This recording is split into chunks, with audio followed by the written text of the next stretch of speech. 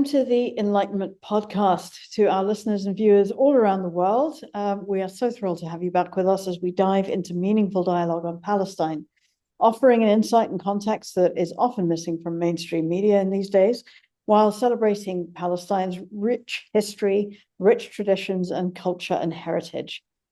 Today, we're very excited to be joined by a special guest, Dr. Azzam Tamimi, to discuss Palestine, Zionism, and the pursuit of justice. Before starting, I wanted to acknowledge recent events going on in Gaza and the West Bank. Today is Tuesday, the 24th of June, as I record this. On top of the drones that are being used to shoot at Palestinians who are being starved by Israel, the Israeli occupying forces are now using tanks and machine guns to massacre hungry Palestinians when they gather at aid distribution sites. They've killed at least 59 people in a single day on June 17th, when tanks fired shells at crowds who were seeking food in Khan Yunis, and 43 more just yesterday. More than 400 people have been killed while waiting for aid in the last few weeks. It's unconscionable, really, to give people the choice of starving to death or risk being shot at for a bag of flour. It's a real-life Hunger Games, and I can't believe that I'm actually talking about real crimes that are being perpetrated as we speak by the IOF, and with very little reporting of it in mainstream media due to the strikes on Iran, strikes, by the way, made first and without provocation by Israel. And while these continue, the killings of Palestinians in Gaza and indeed the West Bank continues unabated. Anyway, it's our great honor to have a wonderful guest with us today. Dr. Azzam Tamimi is a Palestinian academic, political theorist, and author based in the UK. He is the author of Hamas, Unwritten Chapters, Islam and Secularism in the Middle East, and a biography of Rachid Ghannouchi. His work challenges Western misreadings of Islamic resistance movements and insists on decolonial readings of modern political Islam, which sounds like a breath of fresh air to me. Dr.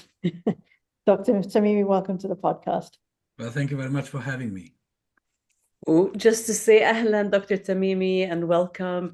And let's dive in.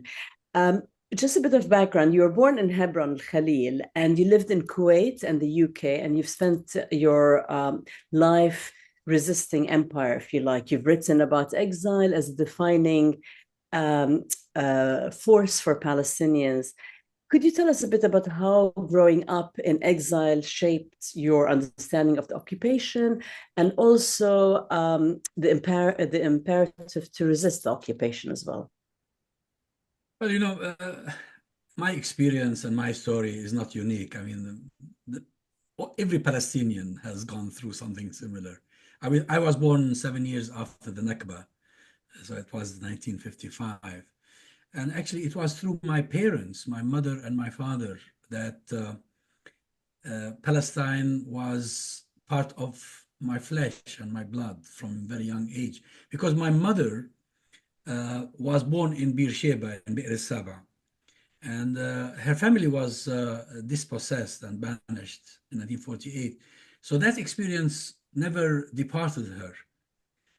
Even our bedtime stories are about what happened to them and how they ended up in Hebron. Of course, the entire family is originally from Hebron, but a branch of the Tamimis went to Beersheba during the Ottoman time and settled there. And that's where my mother was born. And my father joined Abdul Qadir Husseini in the resistance in 1948. So he had also lots of stories to tell us, especially the story of my uncle, his brother, who was martyred in the battle, and he had to carry him all the way back home. Now, I left Kuwait before Al-Khalil was occupied, before the West Bank came under occupation. It was 1963 when the family moved to Kuwait. And when 1967 happened, we had already been there. And it was a very painful moment because we thought we could just pack up and go home anytime.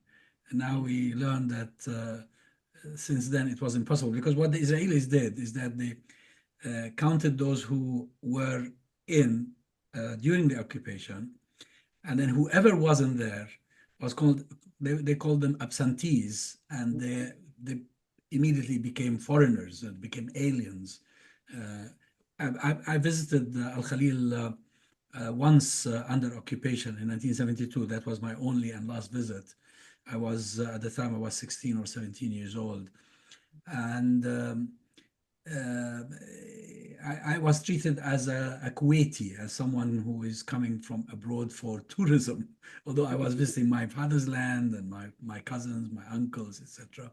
And it was that too, although I enjoyed the 2 months I spent there, it was very painful to see the Israeli flag at the entrance, because when I visited Hebron before occupation, about a couple of years earlier, there was none of this. You just go to Jordan, and the West Bank is part of Jordan, and you know, of course, already that people like us who are born in the West Bank were born Jordanians, because Jordan had already become part of the Hashemite kingdom of Jordan.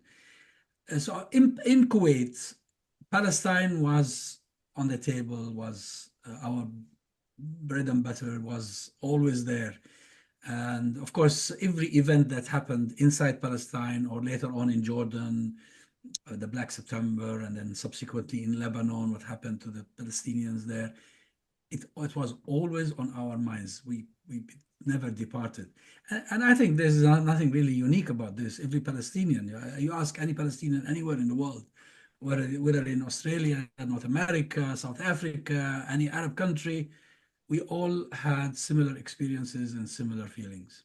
You know, my parents and grandparents grew up in South Africa under apartheid. I did not. I was born in the UK, but still, it was interesting when you talk about your stories from your mother and your father.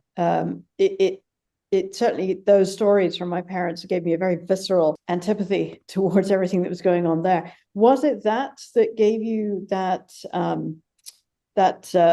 commitment to justice for Palestine and put you in that world? Was there a particular moment or a particular story that you felt, or was it just a gradual process? Well, growing up, you just felt Palestinian.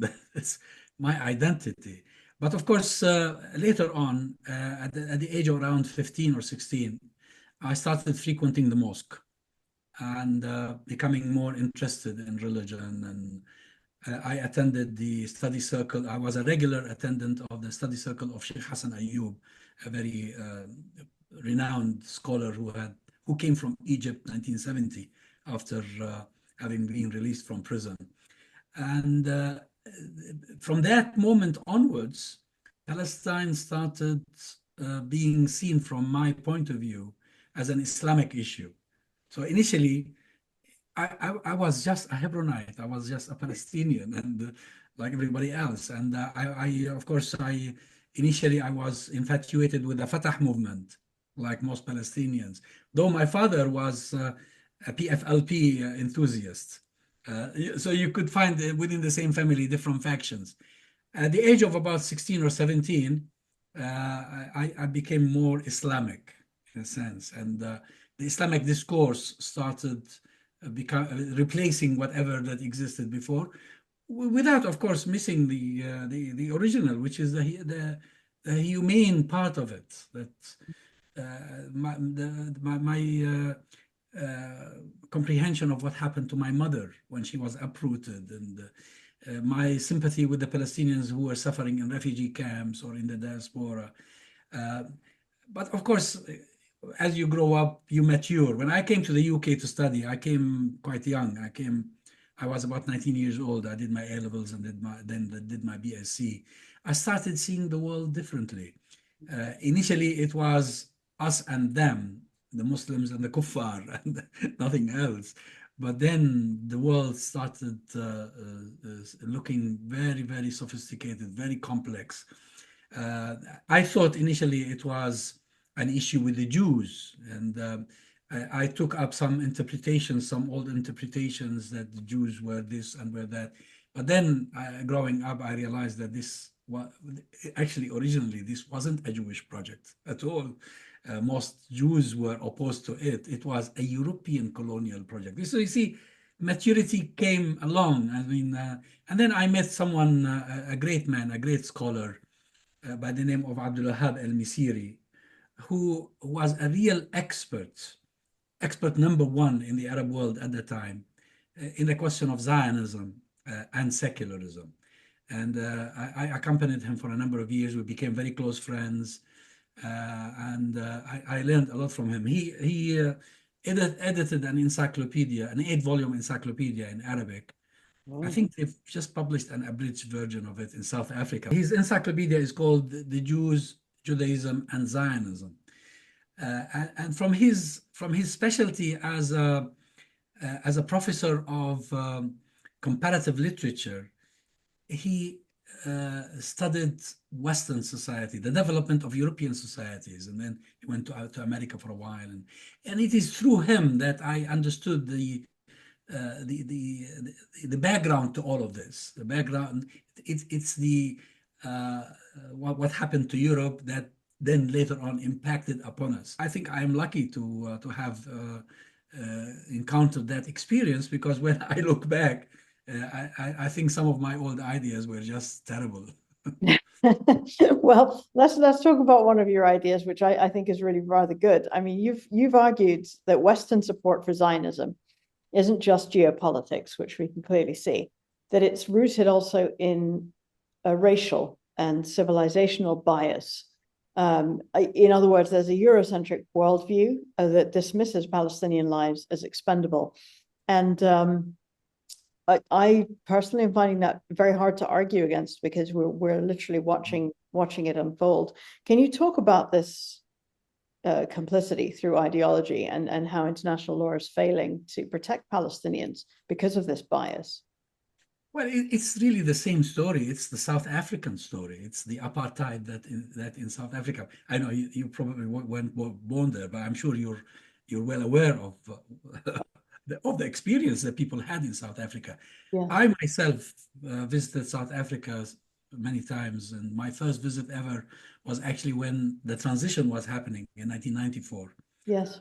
And I was shocked at the resemblance between Zionism and apartheid, between this white minority regime that was suppressing the entire population in South Africa and racially dividing the people into 4 categories.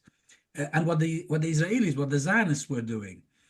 On one of the visits, I spent 2 weeks with Professor Abdulwahab al-Masiri, actually. We were touring South Africa, and it was the most enlightening experience.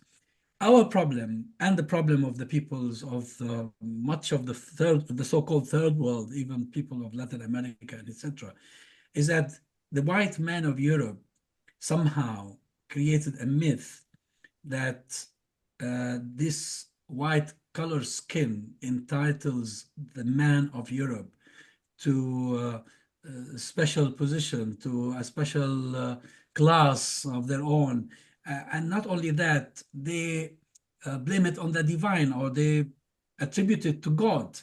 And if you attribute something to God, it becomes the most dangerous thing, because it is God that tells us to do this and do that, and therefore it is justified. But originally, of course, it's the hatred that they had for the other. They hated the Jews, they hated the Muslims. Of course, there were some bright moments in the history of Europe, and now I'm even becoming more enlightened about special relationships that existed during the reign of Elizabeth I with the Ottomans and with the Saudis in Yemen. There were some bright moments, but mostly the Europeans justified their colonial endeavor, their aggression on the others, on the basis of their supremacy. The most ridiculous notion. Of course, now nobody accepts it now, except the racists, the extreme right wingers who are re-emerging in various parts of the world. But the idea that you hate people because they are the other, and then you go on devising solutions how to deal with them. They had a problem with the Jews, the so-called European Jewish problem. And that's why it is important to really notice that Zionism was originally Christian European before it was Jewish. Most Jews considered the sentiment to be anti-Semitic. They opposed it.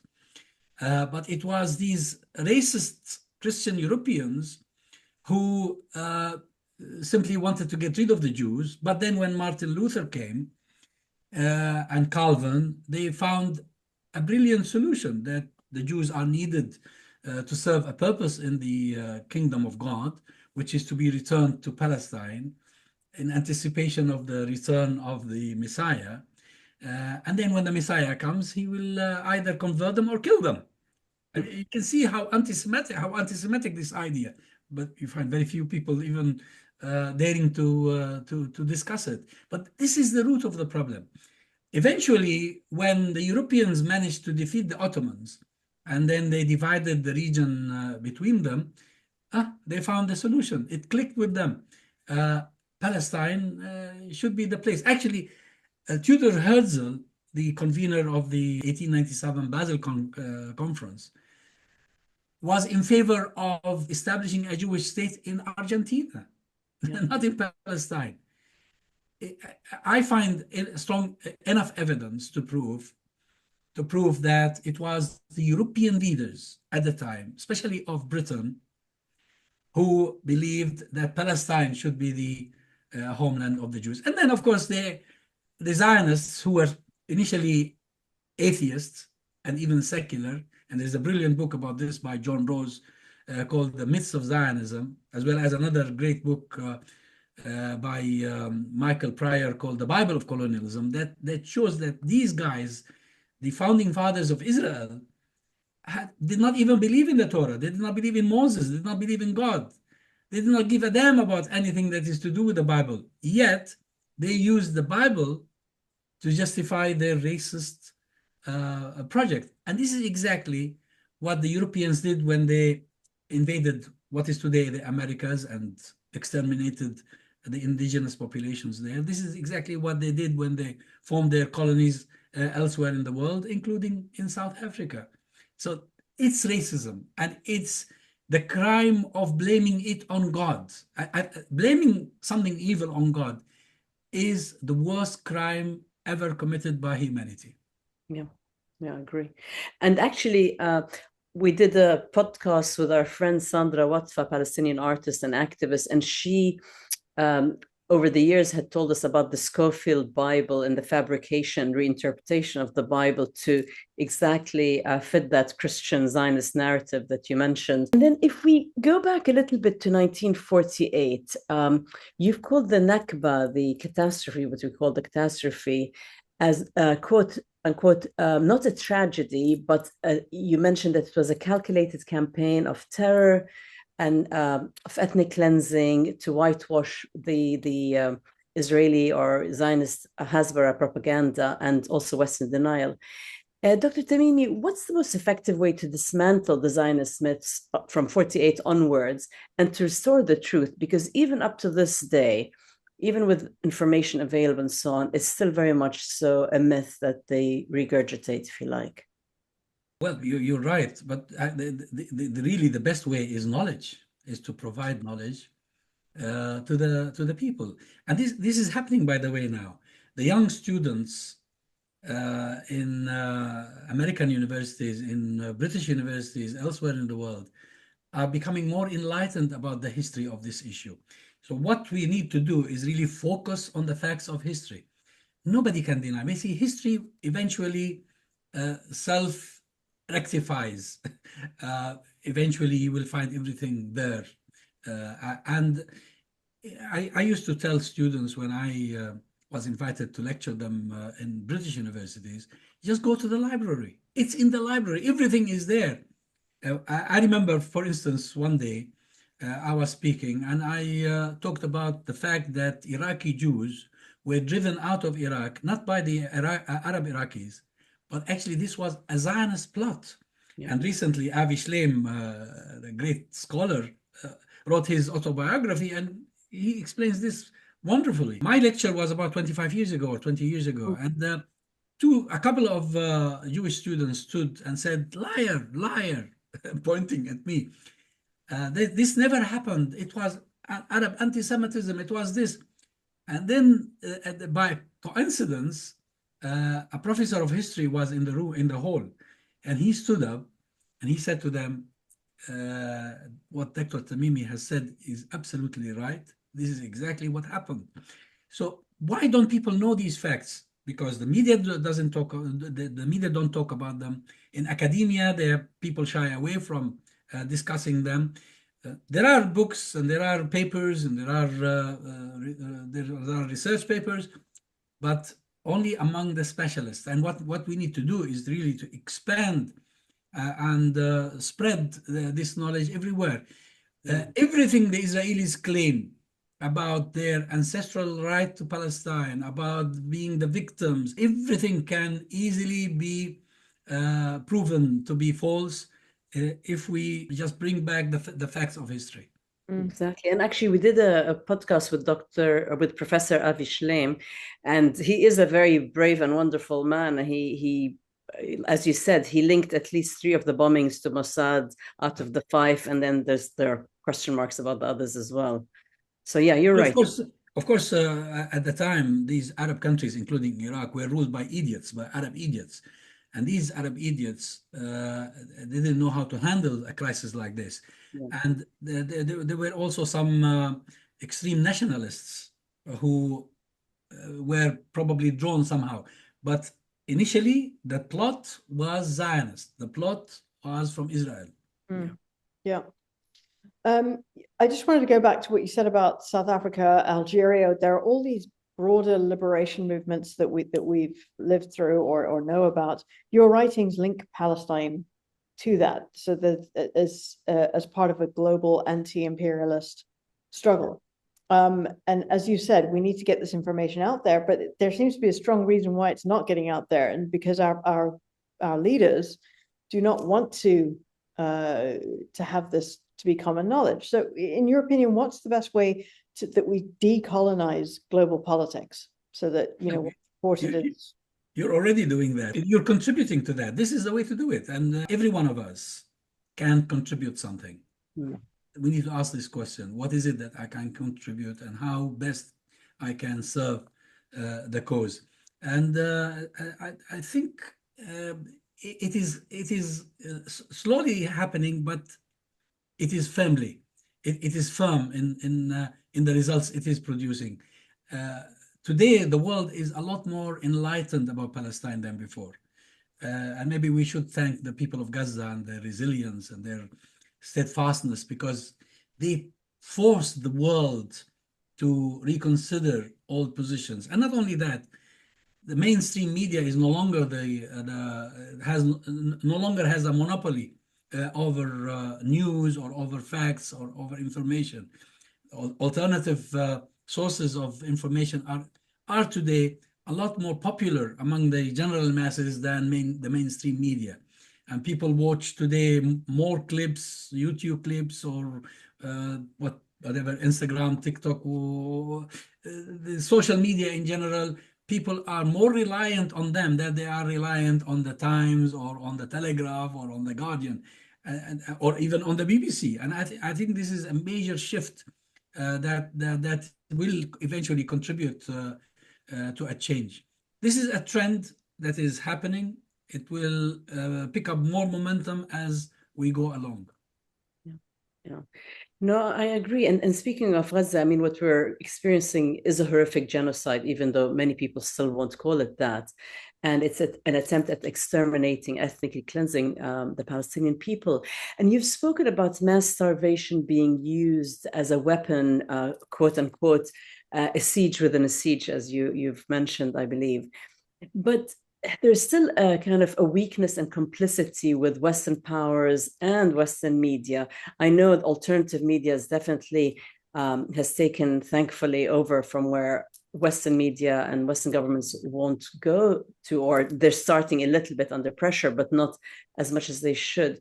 So, but why do these institutions fail us, including the UN? Why do they continue to fail the Palestinian people? It's the nature of the world order. This world order is the order created and designed by the victors in the Second World War. And when they look at Israel, Israel is one of the earliest products of that world order. Of course, there were all sorts of tragedies as a result of that world order, Vietnam, Korea, Algeria, many other places. But Israel is still there as a living testimony to the evilness of that order. The fact that this order that promised people that never again and that democracy will prevail and human rights will be respected, that ended up being so racist and so hypocritical. Now, governments in the West generally don't see Israel as the other. They see Israel as part of them. They see the Palestinians as the other. I mean, look at, for instance, I today wrote a small entry on my pages in Twitter and Facebook, etc., about how the correspondents of the BBC in Jerusalem report on the issues. You're tempted to think they're probably reporting about events in Birmingham or in Manchester. It's as if it's their country that this thing is happening and not somebody else's. They're so biased, and I know that the BBC is so shackled by the Zionist lobby that they're so keen not to agitate the Israelis or the Zionists in any way. But this is it. The Germans, the French, the British, the Americans, most Europeans, of course, with varying degrees, because some governments now are slightly changing their position. They see Israel as their Western product, their last colonial project, and it is in danger. Most of them are worried not because the Palestinians are being slaughtered every day, not because these crimes are being perpetrated against them, but because this is bad for Israel. This is bad for the future of Israel. And that's why they focus on criticizing Netanyahu or the right-wing coalition that Netanyahu is leading. What about the idea of Zionism that paved all the way for this? The ideas of Ben Gurion, the ideas of all the founding fathers of Zionism, these guys today are implementing them. That's all. That's all. And rather than discuss this evil thing, they're worried that this probably will endanger the future of Israel. The fact that they need, if they were sincere, if they were honest, they should see in Zionism a reincarnation of Nazism. They should see in Israel the reincarnation of the Third Reich. That's what it is. Exactly. No less, no more. Yeah. And they wouldn't accept to remove Hitler and not Nazism. They'd want the whole. So, but they keep, as you said, blaming Netanyahu or the Likud or whatever. But it's at its core, it's a rotten ideology and evil ideology. Yes, because if you look at the idea of Zionism, it's the claim that God or some God gave a promise to someone about 4 or 5,000 years ago that this land would be for your progeny to the last day. It's a very ridiculous idea. I mean, imagine someone comes to England and claim that a certain place here, Oxford or Cambridge, belong to their tribes who come from the south of the globe. Yeah. It's a ridiculous idea, an idea that nobody accepts anywhere except in Israel. Well, let's talk about resistance to that, because the UN resolutions affirm, quote, that the legitimacy of struggle for liberation from colonial occupation by all available means, including the armed struggle, unquote. Yet, when it comes to Palestinians, nobody wants to talk about that. There are these huge double standards. How can we give back legitimacy to the idea of Palestinian resistance? It's the Palestinians who give legitimacy to the resistance. The Palestinians and those who support them, those who sympathize with them. And this has never stopped, by the way, from 1948 onwards, but it varies. It goes. I remember as a young child, I remember hearing of Japanese and Germans and Italians coming to Jordan and then to Lebanon in the camps to train and fight with the Palestinians. It never goes away because there will always be people around the world who identify with the legitimate resistance of the Palestinians. Actually, it's a very clear-cut case. It's not ambiguous at all. We were driven out of our homes. These Europeans came from their own homes, occupied our land, and turned it into a country of their own. It's very simple. Now, the United Nations is a very nice idea, but it's crippled. It was born still simply because of the way, because of the mechanism they installed in it, and because of the arrangement of the Security Council. Even if you get the entire General Assembly, apart from America and some other small countries that usually vote with them, if you get the majority of the members of the General Assembly voting for legitimizing Palestinian resistance, that will have no value, no real value, because when it goes to the institution that is supposed to implement, it can be immediately vetoed by the Americans or by some of the other permanent members of the Security Council. So yes, the United Nations recognizes the right of people who are invaded and occupied by foreigners to resist. But when it comes to the Palestinians, the United Nations is just incapable of doing anything. Yeah, yeah. It was really created to serve the Western interests and the Western imperial powers after World War II, and we see that continuing today. But just to go back to what we talked about not conflating Judaism with Zionism, I think it's really important because, as you mentioned, they're weaponizing it for settler colonial ends, if you like. Shamim and I, just 10 days ago, we attended the first Jewish anti-Zionist Congress in Austria because a couple of our podcast speakers were organizers, Professor Chaim and Roni Barakan as well. And it was interesting to be in a room full of, anti-Zionist Jews. So that was quite interesting. But in your opinion, what's the best way to not only push back against the conflation, but also to build stronger alliances with Jewish anti-Zionist voices? Because having them be part of the movement and the Palestinian liberation movement is really important. And I'd love to know what you think. Well, first of all, as we said earlier, it's really knowledge, it's the facts of history. But then, as you also referred to, it's working together. When I remember as a young boy, it probably was unthinkable for me to sit with a Jew in one room, let alone work together. Today, I have so many Jewish friends, both secular and religious, from the Naturi Karta, who are Orthodox Jews, to those who no longer believe in religion, but they are of Jewish origin. The idea is to agree on a common ground. We're not here discussing what the religion says about this or that, or halal or not halal. This is not the issue. Yeah. We're here talking about a basic human right issue, which is the right of a people to resist foreign occupation. And as I mentioned earlier, I was really surprised when I learned many years ago that when the Zionist project started, it was opposed by the majority of the Jews around the world.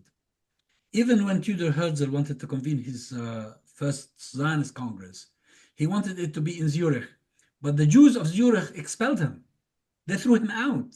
They refused to allow him to have the conference in their city. And they said, this is a very bad thing for the Jews. So he went to Basel, a much smaller town with a much smaller Jewish community. And at the time when he convened his conference in Basel, the elders of the Jewish community in North America held an emergency conference in Montreal, denouncing Theodor Herzl and calling him a heretic. Yeah. All these facts are in the books, but people don't know about them. Yeah. And now when I meet with Jewish friends who are opposed to Zionism, we talk about this a lot. Recently, someone here in the UK organized a tour for me with a rabbi from New York. He called it the Muslim and Rabbi Tour for Palestine. I love that. A brilliant idea, but it wasn't organized well. So in many of the cities we went to about 15 cities across the UK. Very few people came. Oh. It needed to be prepared better. I loved the idea. The idea was great. We need to bring Christians, Muslims, Jews, atheists, whatever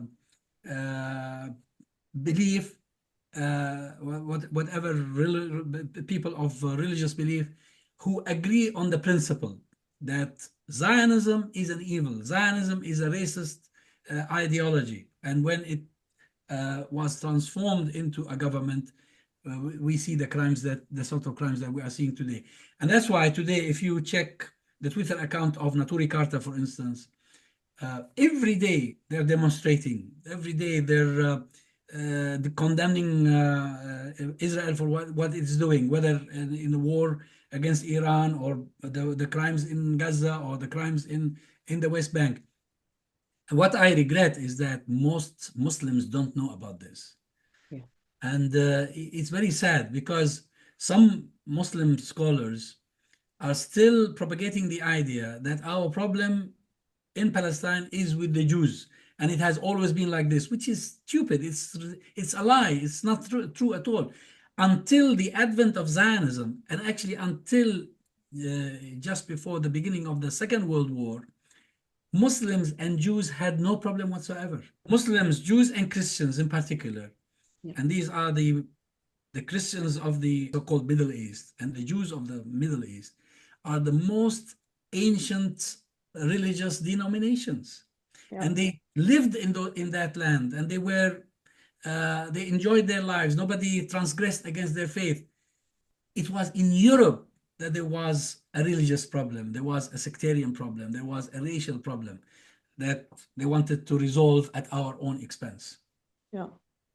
And one of the other things about that in Europe is that misinformation about Islam and being Muslim. I'm from a Muslim family, born and raised in London, and I've seen over the past decades how it's sometimes very convenient for our governments here in the West to spread misinformation about Islam and to make it even more demonized. The West definitely has, in my opinion, promoted and PR'd a particular tiny section of Islam as representative of everything. Can you just, as a scholar of Islam, could you just speak to some of the pluses of Islam's contribution to the world, women's education, rights, the importance of community, and how this has happened often centuries before any of this happened in the West, and the social justice aspects of real Islam as well? And that is true. Amazingly, it's all documented, actually. I became recently interested in the reign of Elizabeth I because in my TV channel, we have a program called Ma Yasturun, that which they write. Ma Yasturun is a phrase from the Quran, so that which they write. So we invited a British author to present his book. The idea of the program is that the author talks about his book, his or her book. And it was fascinating that in his book, he documents how Islam was so involved in Europe at various stages, and how the golden age of that interaction was actually during the reign of Elizabeth I. I have a colleague or a friend in Manchester, Salim Al-Hassani, who prepared a show called The 1001 about 1001 inventions by Muslim scholars that ended up being taken up by the Europeans and built upon. Now, I can understand why there is so much bias against the Muslims, against the Arabs, because we are the other. That's part of it. But also part of it is colonialism. Colonialism justified itself in the name of liberating the uncivilized and bringing them to civilization. And therefore, they had to convince others that these heathens were so backward, that they were uncivilized, and they deserved what was happening to them. Yet, the most dangerous development in all of this is actually the attitude of Muslim rulers. Arab and Muslim rulers today are main contributors to Islamophobia. They fund right-wing organizations in Europe. They establish alliances with people whose primary mission in life is to distort the image of Islam and the Muslims. Billions of dollars from Saudi Arabia, from the UAE, from other countries in the region, who are worried because their peoples don't like them, and that any political change might end up with some sort of an Islamic order, as they fear. They are collaborating with Western governments in order to suppress Muslim activism. Even if you are not a religious Muslim, you just want to support a certain humanitarian cause. The Saudis and the Emiratis in particular would alert through their various organs, the local authorities. So today I fear that it is not just simply historic, it's also current. And the counter-revolution against the Arab Spring is playing a major role in all of this, because these rulers were so terrified. They were initially terrified in 1979 when the Iranian Revolution happened. Yeah. They thought that this revolution might inspire other peoples in the region. And of course, initially that revolution was welcomed by many people in the region. Then when the Arab Spring happened, 2010, 2011, this horrified them more. And by the way, they combined forces with Israel in order to suppress the Arab Spring revolutions, because Israel felt it was going to lose as a result of the change. So now today we have a global, this is not, by the way, conspiracy theory, this is real, this is documented. We have a global alliance that is seeking to prevent any change in the Middle East and in the surrounding areas. And who is helping in all of this? These rich, corrupt Arab rulers. And it's really sad to hear because, as you know, they're also destabilizing parts of Africa and, of course, the Middle East and what's happening in Palestine. And we see the complicity of their silence as well. But as you mentioned, for millennia, Christian, Muslim, as you know, my family is Christian Palestinian. You had Christian, Muslim, and Jewish Palestinians lived in harmony until the ethno-supremacist sort of Zionist movement came and by force took over and changed that harmony. But also in terms of Western narrative about Islam, just to follow up on what Shamim was saying, many people in the West do not understand how Islam actually is very respectful of the people of the book, Christians and Jews, and how it's important to protect them. I mean, there are Jews in Iran now, in the parliament, in Turkey. They've prospered across the Arab and Muslim world. And could you also touch on how Jesus, or I would say Isa in Arabic, is mentioned, I think 25 times in the Quran or more, and how he's revered as a prophet, and the same with the Virgin Mary, as we say Maryam in Arabic, how she's also honored. So a lot of Western and non-Muslims don't know these things, don't know that, and it's again part of the demonization of Islam when it comes to actually being open and very inclusive of other faiths. Yeah, you're right. And you know, I have a program that we usually air in Ramadan. It's called My Journey to Islam, رحلتي إلى الإسلام. I interview converts who chose to convert to Islam. Many of them,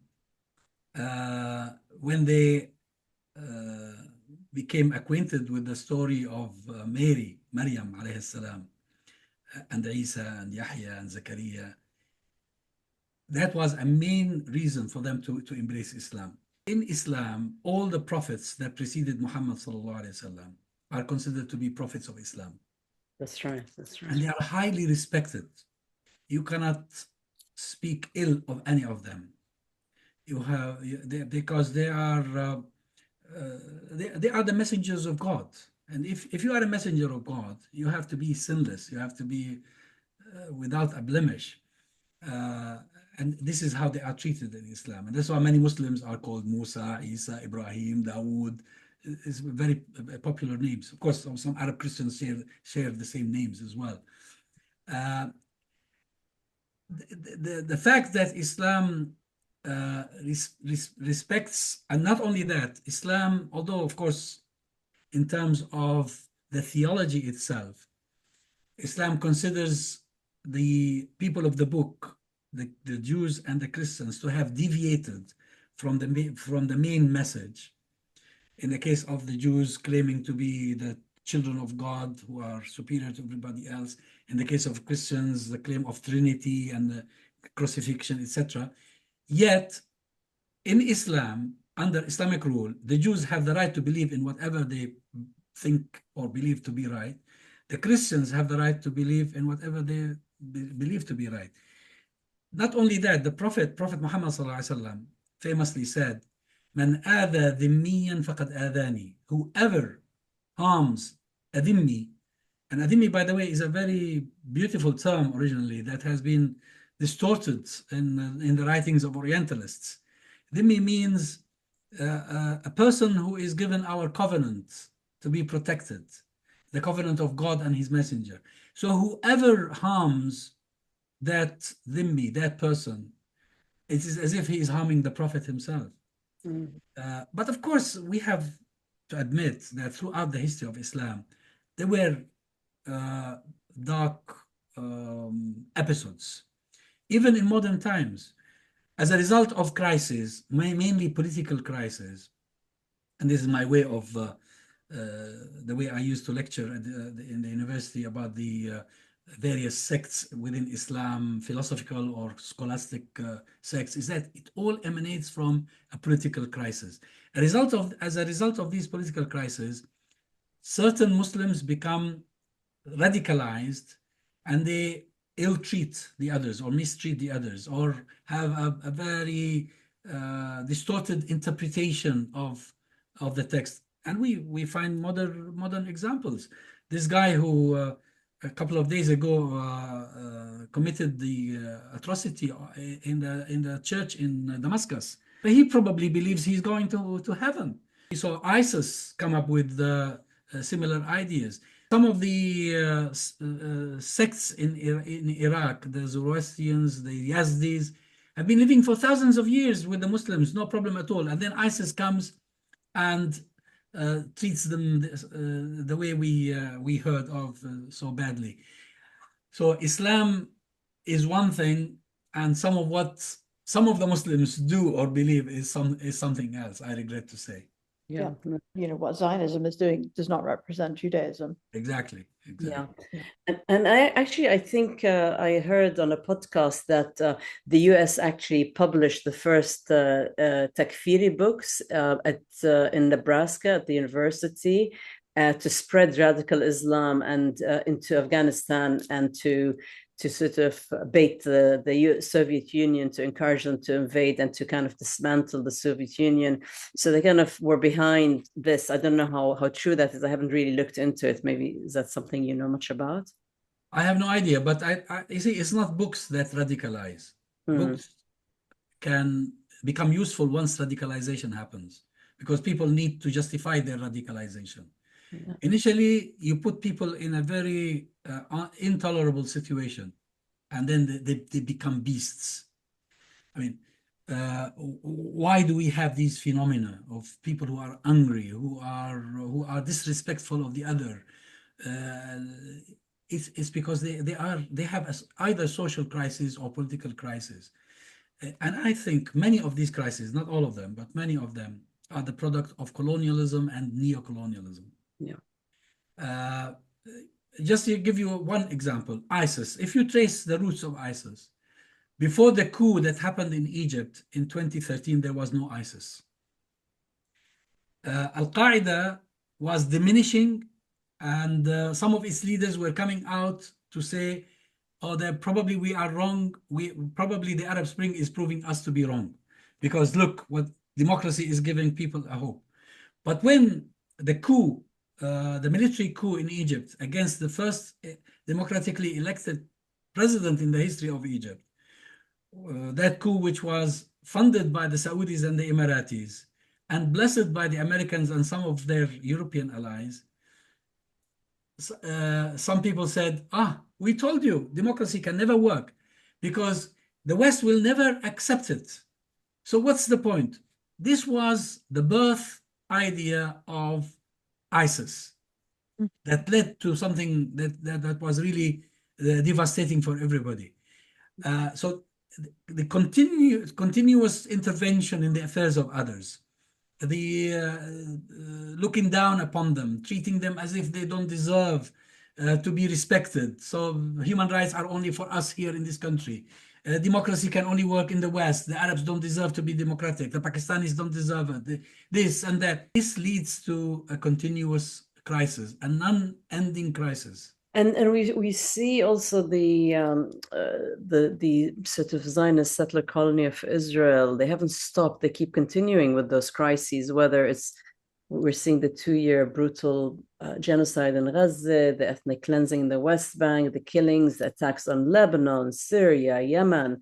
I mean, and now Iran, and I think they also hit Iraq. So it's just that continuous turmoil and aggression and attempts to overthrow the governments. Like it seems that they hoped Iran would also fold as quickly as Syria has. So what are your thoughts on those? I mean, and how can they be stopped to really reverse this? Because as long as there's turmoil and complicity, it's very hard to move forward with anything, really. Well, the root problem, as we discussed earlier, is this ideology. The ideology of Zionism, and that's why I said it's the reincarnation of Nazism. How did Hitler function, and what put an end to his ambitions? They were defeated eventually. Zionism, like Nazism, has has endless ambitions. They want to hit Syria. They want to hit Iran. If they finish Iran, they're willing to go after Pakistan because Pakistan has a nuclear bomb.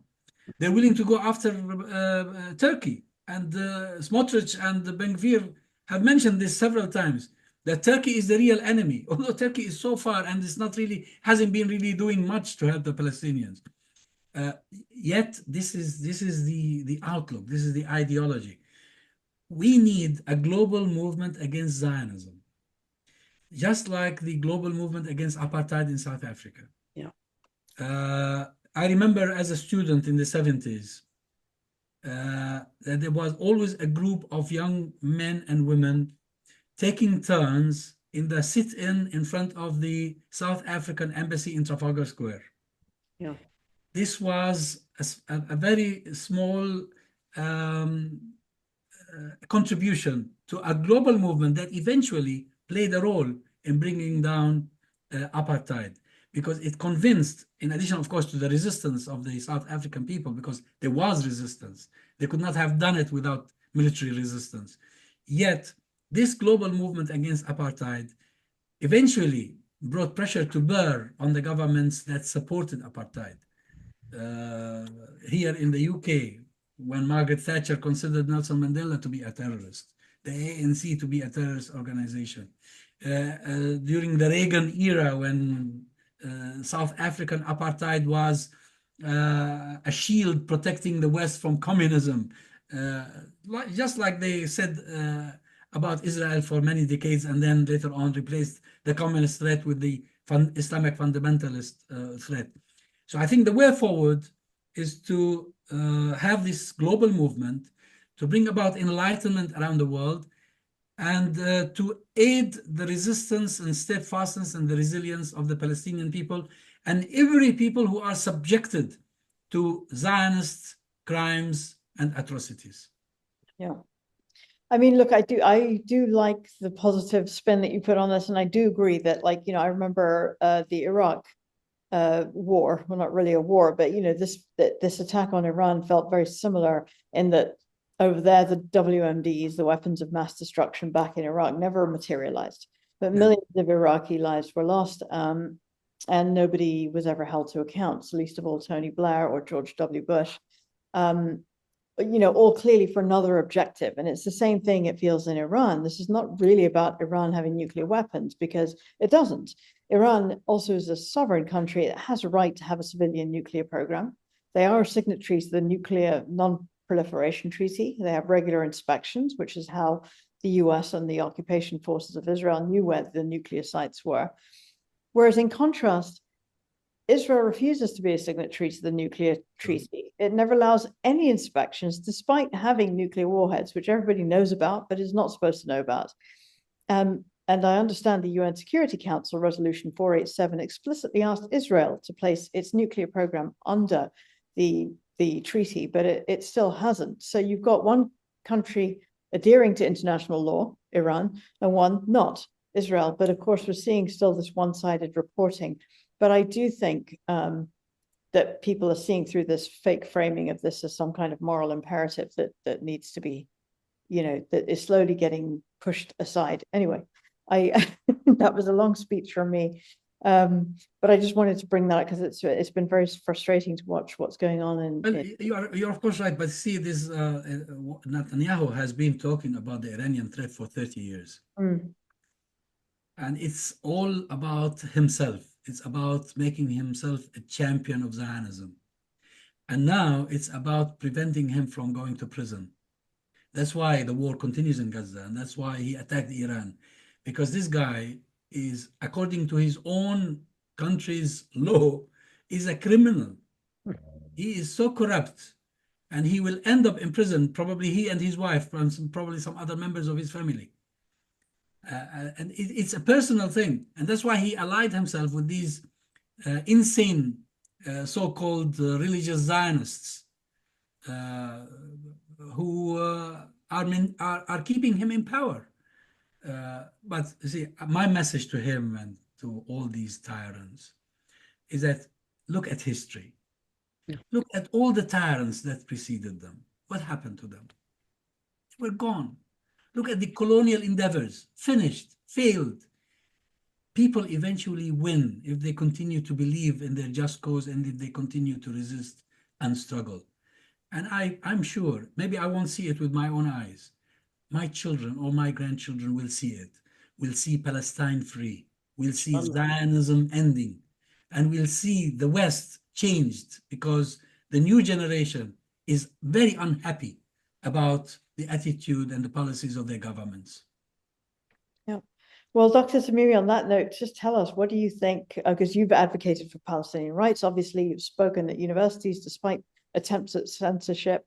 What actions should pro-Palestinian allies and Muslims take to achieve Palestinian liberation? What solidarity campaigns are making an impact, in your opinion? I think there are so many good things going on, really. I commend the people who take to the streets to demonstrate. I mean, this last Saturday, there was a big demonstration here in London. There are demonstrations elsewhere. I've recently been invited to a demonstration in Glasgow, even in Europe, etc. But I think what is missing is this movement that I have mentioned a little while ago, a global movement against Zionism. We need to be more forthcoming, more forceful, we need to be bolder in attacking Zionism itself. The Palestinians need the sympathy, they need the support, but also we need to bring all the efforts together to enlighten the world about the threat of Zionism to humanity. This is still not happening. We need to make it happen. Yeah, no, I agree fully. And also in terms of Zionism exposing it and hopefully decolonizing Palestine from this horrific evil ideology, you've called this two-state solution a mirage, a lie to manage Palestinian resistance, and I completely agree.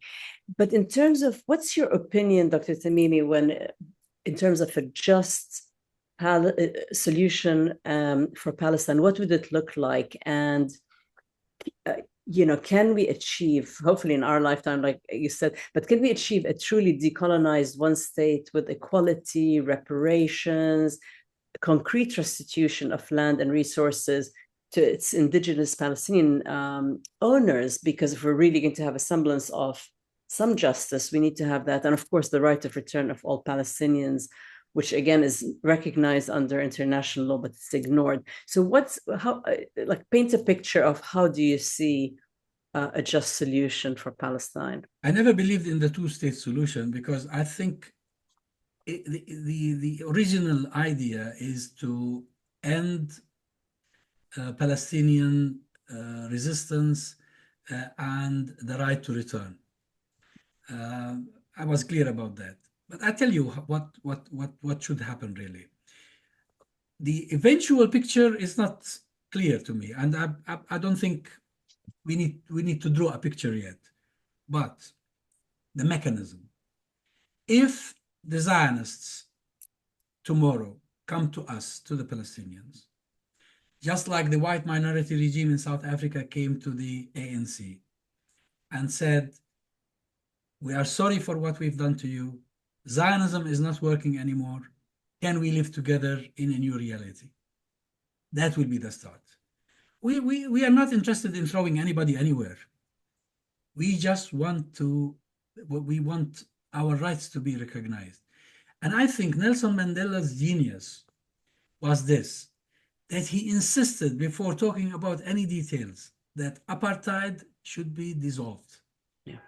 So long as there is Zionism and a Zionist entity in Palestine, it is useless to talk about anything. It doesn't work.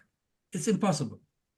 We may probably negotiate a ceasefire agreement. We may end up in what I call a two-state situation, but it's not going to be a solution.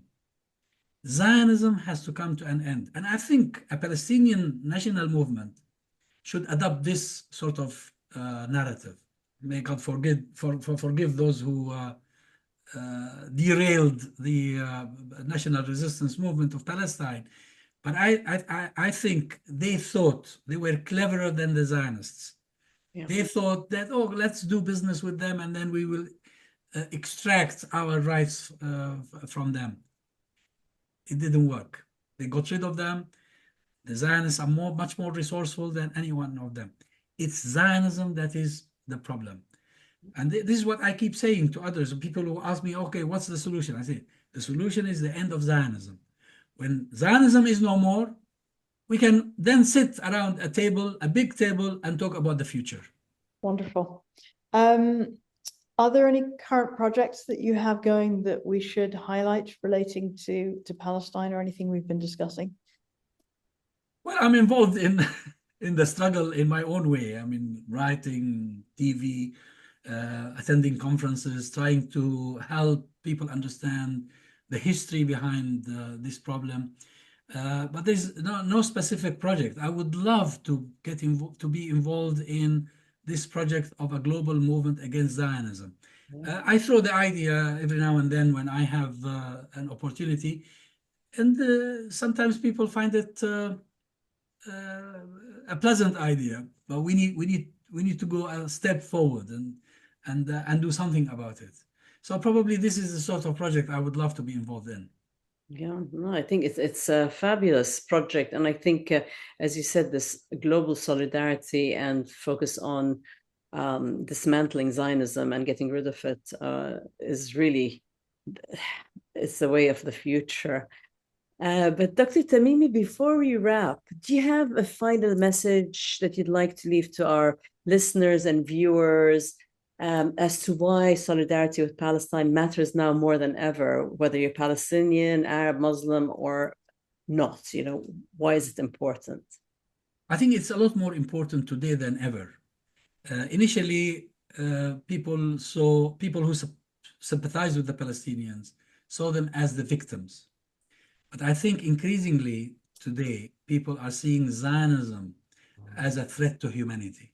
And that's why it's more important. Yeah. So we need to educate others about this and show them the contrasts or the similarities between this idea, the idea of Zionism, the idea of apartheid, the idea of Nazism, all forms of colonialism, French colonialism in Algeria as well, because it was exactly the same mindset the French had in Algeria.